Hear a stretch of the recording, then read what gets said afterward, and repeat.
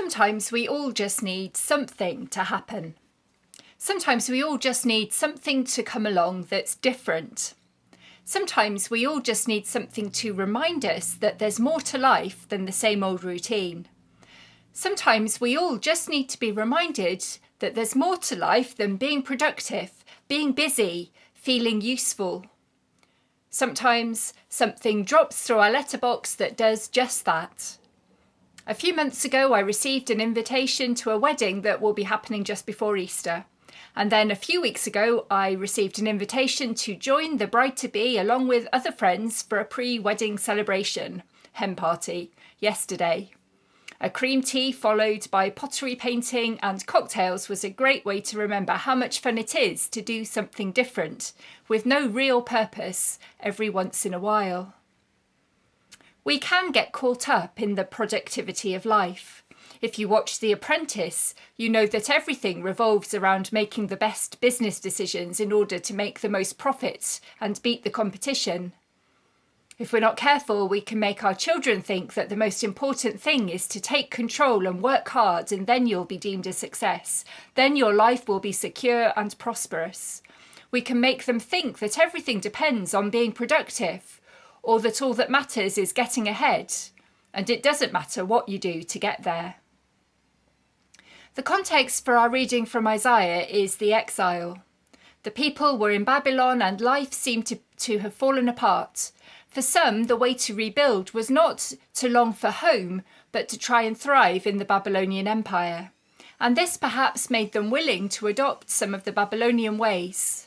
The scholar Walter Brueggemann describes a certain willingness to accept the greed, anxiety, and violence of the empire in order to build for themselves security and prosperity.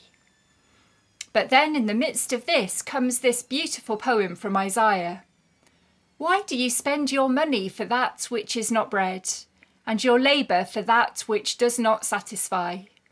In other words, why are you putting your efforts into this whole empire thing? Why are you making yourselves anxious in your pursuit of wealth and security?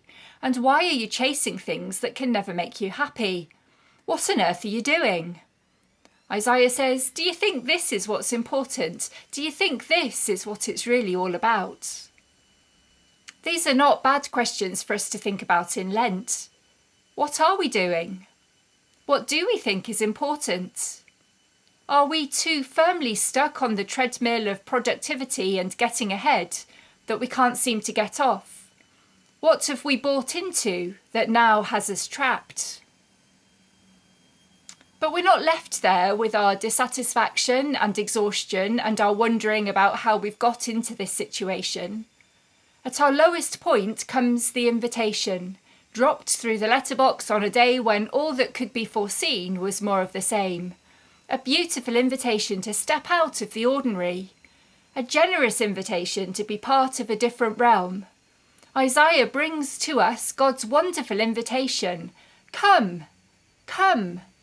If you're thirsty, come to the waters. If you've got no money, come buy and eat. Come and buy wine and milk without money and without price. It's all free.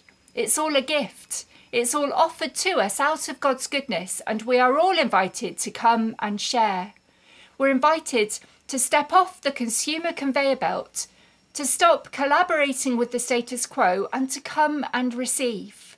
Winning is not better. Being bigger or faster or wealthier or more productive is not better. In fact, pursuing those things drains you of life and robs you of identity and leaves you exhausted. God's invitation is simply to come, to return, to receive, to live. God says, my ways are not your ways. My thoughts are not your thoughts. My plans and intentions are not your plans and intentions. I've got a very different life in mind for you, one that will be rooted in pardon and forgiveness and marked by mercy. Return to God. Stop worrying about your security. Stop being focused on money and material things. Stop trying to be in control, because God will receive us all just as we are. We can never compensate God for our failures, our fears, and our inadequacies. Yet mercy is always given to us right in the midst of these things. At those times, just when we're at our worst and when we seem to be trusting God the least, God's invitation speaks into our despair, and we realise that God's love and mercy is always there for us. Life can often feel as though we're on a hamster wheel. We're running very fast and we daren't stop, but we're getting nowhere, and we know it. Sometimes we just need reminding that we can get off and find rest and comfort and acceptance. God's invitation to us is not just to stop what we're doing that makes us people of empire. It's not just to stop the greed, the anxiety, the systemic exploitation and oppression that we may have all bought into one way or another. It's not just an invitation to stop, but it's also an invitation to start again, to begin a new way with new resolve, to start living a new life, to embrace not bigger, better, faster or more productive, but pardon, love, mercy, compassion, generosity, hospitality and justice. What are we doing? Are we working for that which does not satisfy? Are we spending for that which is not bread? Or are we accepting the free gifts that sustain our gospel life and transform us and set us free? Free wine and milk, free water and bread, all in abundance. Water, wine and bread, the ordinary necessities of life transformed into an extraordinary sacramental gift and sign of God's love and forgiveness and faithfulness, by which we make our protest at the empires and idols of this world. God's wonderful invitation to us this Lent is simple. Just come.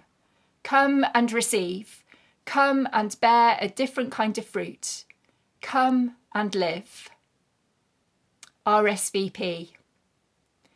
What will your answer be? Amen.